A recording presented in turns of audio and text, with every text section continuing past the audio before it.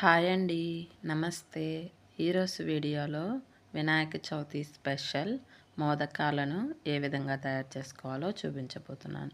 ఈ మోదకాలను పండగ రోజు చాలా సింపుల్గా చేసుకోవచ్చండి. ముందుగా ఒక ప్యాన్ పెట్టుకుని 1 టేబుల్ స్పూన్ వరకు నెయ్యిని వేసుకోవాలి.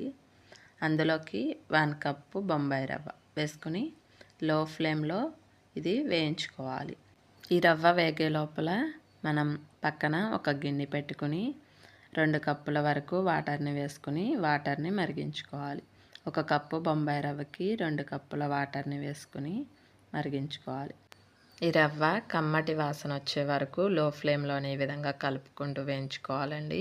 ఇప్పుడు ఇందులోకి 1/2 కప్పు వరకు డ్రై ఫ్రూట్స్ని తీసుకోవాలి. నేను ఇక్కడ బాదం జీడిపప్పునే తీసుకున్నాను. మీరు పిస్తాని కూడా తీసుకోవచ్చు.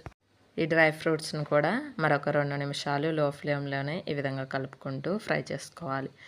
ఇవి ఫ్రై అయిపోయినాయండి. ఇప్పుడు పక్కన పెట్టిన వాటర్ కూడా మరుగుతున్నాయి.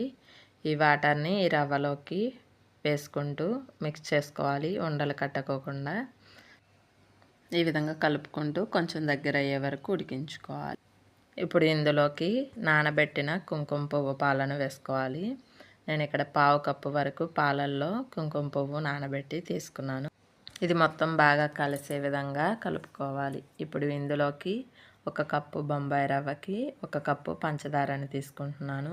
మీ దగ్గర మిల్క్ పౌడర్ కనుక ఉంటే 3/4 కప్పు వరకు పంచదార, 1/2 కప్పు వరకు మిల్క్ పౌడర్ వేసుకోవాలి. ఇప్పుడు ఈ పంచదార మొత్తం బాగా కలిసే విధంగా లో ఫ్లేమ్లోనే కలుపుకుంటూ కరిగించుకోవాలి. ఈ విధంగా పంచదార మొత్తం కరిగి దగ్గరికైన తర్వాత ఇందులో ఇలాచీ పౌడర్ కొద్దిగా వేసుకుని బాగా కలిసే విధంగా మిక్స్ చేసుకోవాలి. ఇప్పుడు ఫుడ్ కలర్ వేస్తున్నానండి. కొద్దిగా ఎక్కువ వేయకూడదండి, 2-3 డ్రాప్స్ వరకే వేసుకొని మొత్తం బాగా కలిసే విధంగా కలుపుకోవాలి. ఈ విధంగా కలుపుకున్న తర్వాత ఇప్పుడు ఇందులోకి బాదం జీడిపప్పులను పౌడర్ చేసి వేసుకుంటున్నానండి. ఇందులోకి ఒక 5 బాదం 5 జీడిపప్పులను పౌడర్ చేసి వేసుకోవాలి. ఇది మొత్తం బాగా మిక్స్ అయ్యే విధంగా కలుపుకోవాలి.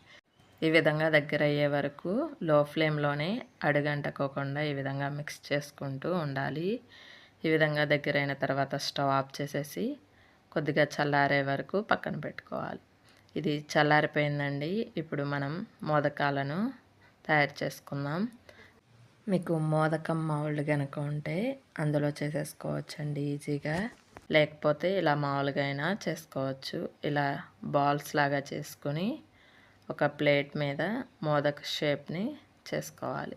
ఈ విధంగా మోదక షేప్ చేసుకున్న తర్వాత ఒక స్పూన్తో కానీ ఫోర్క్తో కానీ ఈ విధంగా లైన్స్లా షేప్ ఇచ్చుకోవాలి.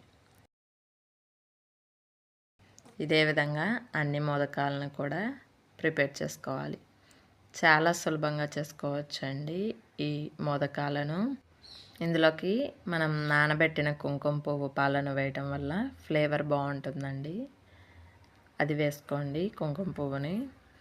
అంతేనండి, మోదకాలు రెడీ అయిపోయినాయి. పండగ రోజు చాలా సింపుల్గా చేసుకోవచ్చండి ఈ మోదకాలను. ఈ వీడియో కనుక మీకు నచ్చినట్లయితే లైక్ చేయండి, షేర్ చేయండి అండ్ సబ్స్క్రైబ్ చేసుకోండి. ఈ రెసిపీని మీరు కూడా ఒకసారి ట్రై చేసి మీకు ఎలా కుదిరిందో కామెంట్ చేయండి.